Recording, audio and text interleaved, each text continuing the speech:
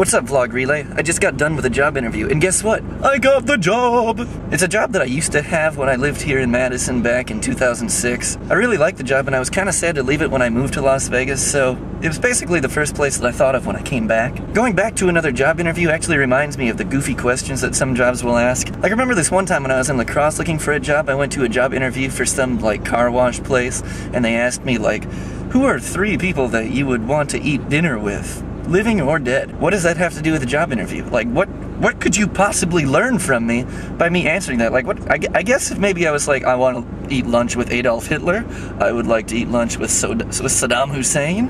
Okay, so maybe it kind of makes sense, like, in that aspect, but overall, what could you possibly learn from questions like that? I just don't understand why they ask things like that. At least I didn't get those kind of goofy questions at this interview. Molly, it was great to hear what it was like about playing with the guild and hanging out with those guys. I actually know exactly what you mean about hanging out with people that I guess you look up to.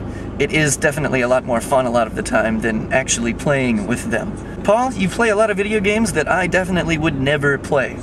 There are a few games that I know that we both crossed paths on, like, for example, I went to Alan's house recently and he let me play the new Super Mario Brothers, which was awesome! Really reminds me of the old ones, while getting to play something that feels completely like a new one. It's really cool. He also actually managed to get me to play the drums in Guitar Hero, and that was strange. At first all I did was bitch and moan about how it wasn't like a real drum set, but eventually I ended up having a lot of fun, and Alan and I were clearly rock stars. Barry, it was great to see Ruby. My parents still have 3 dogs, but they're all mid-sized dogs now, so having a big dog like Ruby around, it's gonna be pretty awesome. It was also cool to see your backyard, Barry, and as you can see, I've taken a cue and gone outside of my usual inside realm as well. So you know what that means, Paul. If your video isn't outside this time, tisk tisk. Although I know you were planning on filming it outside. That's all I've got for this week, Molly.